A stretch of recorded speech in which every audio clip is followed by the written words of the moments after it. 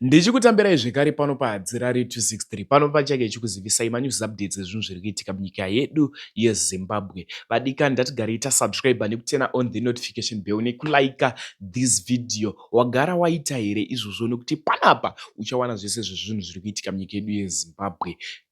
Vadikani ndatisubscribei ndatilike this video. First video randinaro ividhiyo remashoko ari kuziviswa vakuru. Nyaya idzi handigoni kuziwedzeredza kana kuzitapudza doti muone video mapedza kuona video motaura zvamunofunga mucomment section. Ndofunga muri kuziva zviri kuitika munyika yedu yeZimbabwe. Zvese uchazvionera panapa pa this YouTube channel. Vadikani wapedza kuona video usaskipe this video. Ndine video riri kuziviswa vaDorcas Moyo. Let's this video. 12. How are you? Nasi ndapiwa prophecy ndapiwa nedenga. Zvichaitika nasi. Today's 31. Today's 31. So time is 12 o'clock, midnight. 31 date is 31 today. So Mwari antaridza kunditi achinditi kuchamachiwa ende vanhu vachamacha, vanhu vachazara Mwarari zvekusara zvesvi, vachambozama kuda kuita zvavada kuita but zvichashaya basa, zvichashaya basa, right? Ndaona mudarabha pachigaro, ambozama kuda kurambirapo but ndaona abva ipapo. Muchaona kuti chii chichaitika zuva ranhasi. Mwari anditaurira kudaro.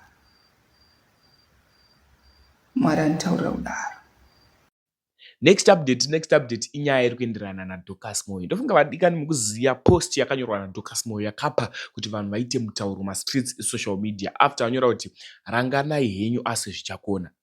Anyora kuti ranganai henyu asi zvichakona. Vanhu vakareacta pamusoro pepost yaakanyora iyoyo. But ndine video ranhasi ende dauti muone video usaskipe video. Mashoko anga achitaurika pamusoro paDorcas Moyo. So zvada kubvunza imi, Dorcas Moyo munhu anoimba gospel yekuti unoteerera here kana kuti hauteereri? Comment section ndedu ende pane mashoko ataurika pavidhio randova nezvaro muzuva ranhasi. Ndatione video. Accident. Otherwise tofunga kuti you are playing with the other side. Zvoti tikatozifambira togona kutozonzwa kuti Mrs. Holier than thou venyava vanoiswa nemadhara ari kumusoro. Itipwe vanhu vakanyazodzifambira. People who have time for shit like this. Pane munhu akatobudisa step mother wake. Zvicharamba zvichibuda uti kune vanhu, sorry, it was a misunderstanding. Chet, if you don't owe anyone any explanation, we don't owe you courtesy. We don't owe you politeness. And her following was boosted by Feli, pa funeral ya baba and album launch. In it before, then I didn't know shit about Doki. Thank you, J. Jacobs. Even perfect but I know both since when. Remember, it's also not dealing with algorithm. So the algorithm makes us go Canada. I don't know who Dorcas is. I don't. Dorcas is not Ari Koan on the Doki, but could is not energy. Name one song from Dorcas. One. And Fungisai akadura post last time. Thank you. Kudura post kutotariza kuti okay. That's an honest mistake or an honest, I did not read the room. Manje yato, mama, okay. Takutoziva watu wakapinda mumba. Me widowa. Rine 2 months. 2 months. Kuti zvinoreva kuti mama gara makateya here na mai kana kuti it was just a love story. Tatova kwekoko. Takutokuona kuti ingori gospel zvayo but sisi zuva ndana zuva hanzi mucharangwa by Dorcas. Isi mtozvanziwa wanonzi mucharangwa chida munoteerera kuYouTube kumucharangwa. Hanzi vachamuvhovhonora saizi. Mira guwa richauya zvokumatimati. Ukaita laki rekuti masocialite anokufarira aribude guwa iroro. But don't worry, richasvika. Isi kwedu tikariba chete ndikabata guwa ronetsa kuenda ropano. Handisi munhu wemakuwa too much. But richabuda. sere musi waposta takatonzi tete mukadzi uyu akabuda akapinda mumba meshamwari yake angafa ne2 months. Murume uyu akafa, mukadzi wake mukadzi nemurume vanga vari vese, ndobva mukadzi wacho afa. Achingopedza kufa 2 months later sisi kwakutosvika pacho and she's like an evil stepmother. It's Desi vibes. Musi waposta chinhu chako. This is just true. The fact that you're an evil stepmother and wakapinda mumba meshamwari yako 2 months afa, right? Whether the story is true, whether the story is exaggerated, yakaiswa salt and pepper and what, but do you see what's happening?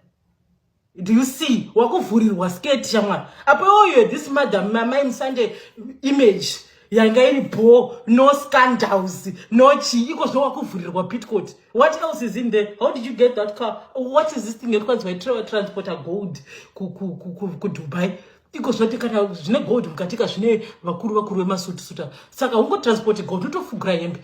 Nani pada noziva kufugirwa. Takutoenda nemo because wavhara comment section. Kusvika avhura. Doki, I'm telling you, my friend, listen to me. I know the streets. My streets ndakama stada manje. And then I could take this from a Gindagorian returned soldier, Gun Voster, Chiera, ndakagara pano. Let me tell you how you deal with the streets. Don't ever dodge a bullet. Once more. My streets akakoka futi udai sangana ne bullet. Chero vari wrong, chero vari right, sangana ne bullet. Mamati. Yes, it was a mistake. I apologize. No, it was not a mistake. I stand on business. Ngava kubvarure, iko zvota kudzwa nyaya dzegold. Zisi, apo tine zvironda zvegold mafia. Tine zvichiri zvironda zvegold mafia. Wakutaurwa. Tine chironda chekwaDesi. Wakunzi uri stepmother. Iri evil. Wakasvika ukabvisa vana pamba ukakonzeresa. Tichiri zvironda zvakawanda. Girl, you don't want to be on the wrong side of history. Trust me. Kana uchida kudzidza comedy, tinavo ndeveda tine makore nawo tiri pano. Handina decade ndiri pano here. Ndinavo vanhu vangu vandavaziva. Havadi kuitiswa vanhu vakapusa. Havatombodi zvisina basa because they control the streets. Vakaona kuti uri kunyepa kana uda kuvajuta, and you want to manipulate them or you want to play victim, or they can see through you right there and vanokugadzika mudishi. Saka zvino comment section mushonga we-comment section. Sergeant Zuva reporting for duty. Ndauya ku disciplinary committee. Wovhura comment section about attack my Japanese, and you let them have their way. Tomorrow, ukaata album launch yako no. Even when you are betting on people, this thing is gonna die down. Saka manje next week kwekwa kutotrenda mwe munhu vananonga tokanganwa saka ndezodzoka. That's true. Depending on tomorrow, chichishaitika. Right, tapedza nasisi dogi. Amuna kutukwa sisi dogi ndangokudza advice muongo. Vhura comment section. Iwone kwakuda kuti the problem also do vhura comment section is because you know kuti people are going to come and say your dirty laundry. And the way where you are in love with this pure holier than thou image. Saka vanhu vanozoziva zvinhu zvako and you can't have that. Right? But the people, the more they know your good side and your bad side, the more they love you. Ukada kuramba wachitipa good side chete. Akuna muna ane good side 100% manimi. Chete akuna tutu nyengwa brain panapo. That's comment section. That's why wachijamuka kudeso. Akuna dudes say one anongonzi. Pesa. Imigen. Holier than thou teenager mweni. Kwanzo kwane gold. Usajairira comment section, I'm telling you. Comment section. Kana kuda kunyazonakirwa no comment section, try and deceive them and manipulate them and try and act holier than thou. They will see through the cracks and they will rip you apart. Here we are. Vhura comment section. Irina njuiko ndichiti heftsege chaiwa ndiri kuona zvangu zviri kama streets. If you want this thing to die down, then it's a time to shine.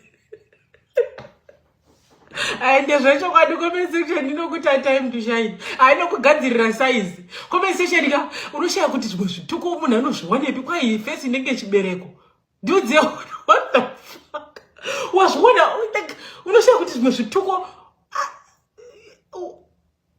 kwasha zvabvepi kwai fesi inenge chibhaku chekupakurisa ati fesi inenge mugwaku ati fesi inenge mugwaku wemugoti ati fesi inenge chigwaku chekucheresa upfu like what the fuck ati she must learn from Holy Gumi comment section ekajamuka even though uchigona you become useless kuita show unotemwa nemakeni exactly